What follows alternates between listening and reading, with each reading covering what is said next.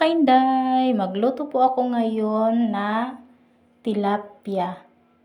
Ang gawin ko po sa tilapia po mga kainday is adobo. Igisa ko po muna yung luya at haluin ko po muna yung luya po mga kainday at ilagay ko na din po ang ating sibuyas. Gisahin din po natin ang ating sibuyas. At pagkatapos ko pong igisa ang ating sibuyas po mga kainday, inilagay ko na din po ang ating bawang. At pagkatapos ko pong igisa ang bawang, mailagay na din po natin ang ating isda na tilapia. Yan po mga inday, iniisa-isa ko po siya sa paglagay po mga kainday. Medyo bilis lang po ng konti para hindi po masyadong mahaba po mga kainday.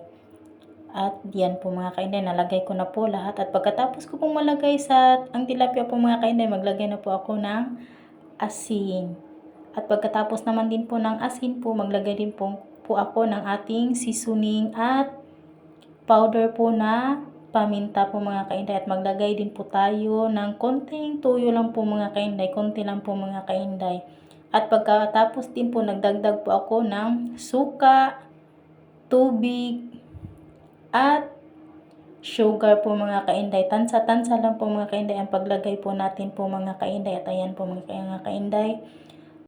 At haluin ko lang po siya ng konti po mga kainday. At pagkatapos ko po maghalo po mga kainday, naglagay po ako ng laurel. At ayan po mga kainday, natapos na ako sa pagluto sa ating tilapia na adobo. Thanks for watching po mga kainday. Please follow for more. And please watch po mga kainday.